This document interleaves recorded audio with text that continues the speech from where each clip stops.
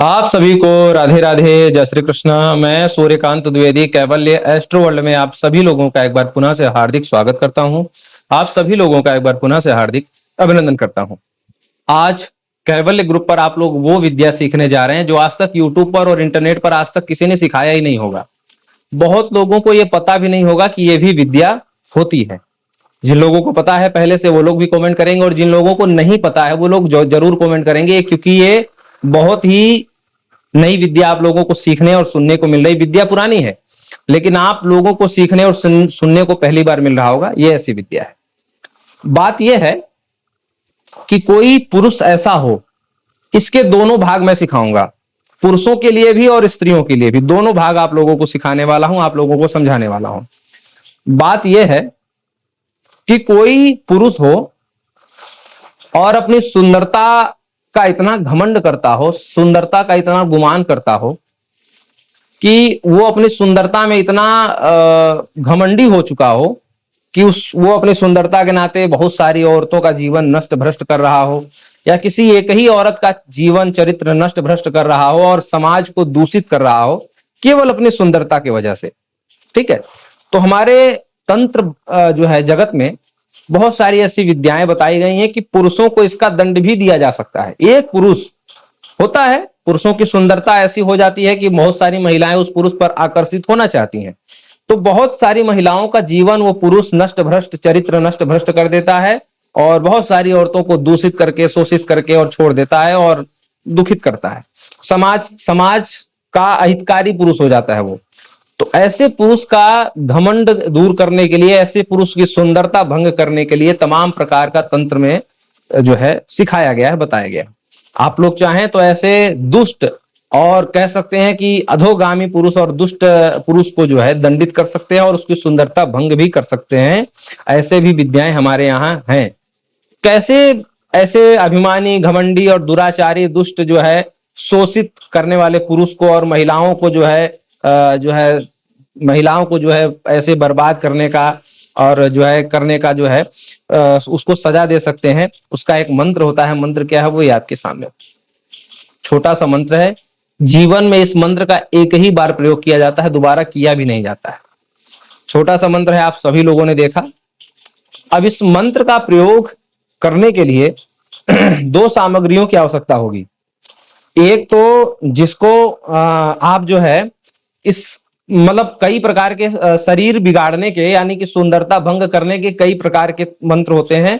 अलग अलग मंत्रों से अलग अलग प्रकार की सुंदरता बिगाड़ी जाती। ये जो मंत्र है, इस मंत्र से जिस भी पुरुष के लिए आप इस मंत्र का प्रयोग करेंगे उसके बाल चले जाएंगे, मतलब वो टकला होने लग जाएगा। धीमे धीमे, तुरंत नहीं हो जाएगा। प्रयोग एक ही बार करना है, लेकिन जिस दिन जिस समय आप इस जो है मंत्र का प्रयोग कर देंगे किसी भी पुरुष के लिए, संबंधित पुरुष के लिए, धीमे धीमे उसके बाल जो है खत्म होने लग जाएंगे। मरेगा नहीं, कुछ कोई भी और बीमारी नहीं होगी, कोई भी और समस्या नहीं होगी। केवल ये जो सर के बाल सुंदर सुंदर घने घने दिखते हैं, इससे बहुत बड़ी सुंदरता यही होती है पुरुषों में। तो ये बाल धीमे धीमे उसके धीमे धीमे झड़ना शुरू हो जाएगा और कोई भी दवाई, कोई भी तेल कुछ भी काम भी नहीं करेगा, क्योंकि ये मंत्रों की केवल ये मंत्र से रुक सकता है। अगर रोकना चाहेगा तो मंत्र प्रक्रिया के द्वारा रोका जा सकता है। अगर आप लोग कमेंट करेंगे तो हम इसका जो है तोड़ने वाला मंत्र भी दे देंगे कि इसका तोड़ क्या है, लेकिन ये आप लोगों को अभी बता दे रहा हूं क्योंकि आप लोग पहली बार ये विद्या सुन रहे होंगे। तो सुंदरता, इस मंत्र से जो पुरुष की सुंदरता नष्ट भ्रष्ट होगी ऐसे घमंडी अभिमानी पुरुष की, वो है बाल। बाल जाने लगेंगे उसके, कोई उसके बाल बचा भी नहीं सकता। कोई कितना भी बड़ा वैद्य हो, इसका बाल बचा ही नहीं सकता। बाल, क्योंकि ये मंत्रों के द्वारा ये रचित किया गया है।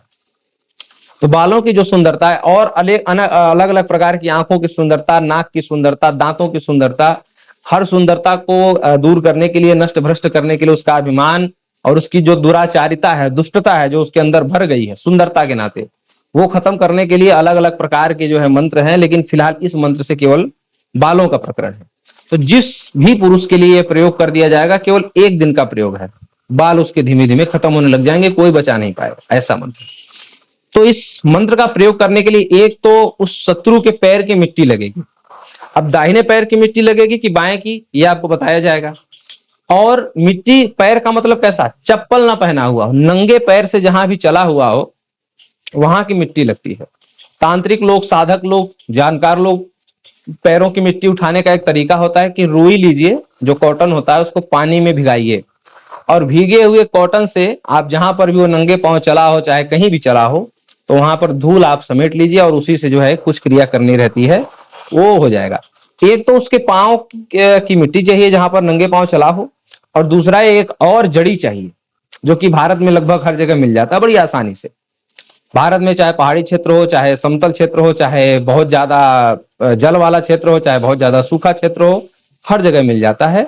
तो दूसरा वो जड़ी चाहिए, और एक पांव की, चाहे दाएं या बाएं पांव की जो है मिट्टी चाहिए। तो ये दूसरा है और दूसरी वो जड़ी है। तो ये जब क्रिया करके उसके सर पर आप कभी भी किसी भी प्रकार से फेंक देंगे, मतलब वो जड़ी का चूर्ण मिला करके और वो मिट्टी मिलाकर, कुछ भी हंसी हंसी में, मजाक मजाक में भी आप उसके सर पे रख देंगे, मंत्र का प्रयोग करके धीमे धीमे उसकी ये जो बाल यानी केस वाले जो सुंदरता है वो खत्म होने लग जाएगी। ये ऐसा मंत्र है। और इसके बहुत सारे, आंखों की सुंदरता, नाकों की सुंदरता, ये बहुत सारी चीजें होती हैं ऐसे दुराचारी दुष्ट पुरुष को दंड देने के लिए, कि उसको पता भी ना चले लेकिन उसको दंड मिल जाए और उसको लगे कि हमने अगर घमंड न किया होता, हमने अभिमान न किया होता, हमने दुराचार न किया होता, तो हमें हमारी ये दुर्गति न होती। ये दुर्गति होती है और तंत्र में इसका विधान है। अब इसकी पूरी जानकारी सीखने के लिए ऐसी परिस्थिति अगर होगी, ऐसा कोई होगा, तो आप बताइएगा और ये जो नंबर है इस पर मैसेज करिएगा। हम कोशिश करेंगे समझ करके, परीक्षण करके आपको इसका जो जड़ी है और जो पांव का विधान है वो आपको समझा दिया जाए। बाकी कैसे करना है, क्या है, ये सब तो हमने आपको बता ही दिया। फिर मिलता हूं किसी ज्ञानात्मक चर्चा के साथ। राधे राधे।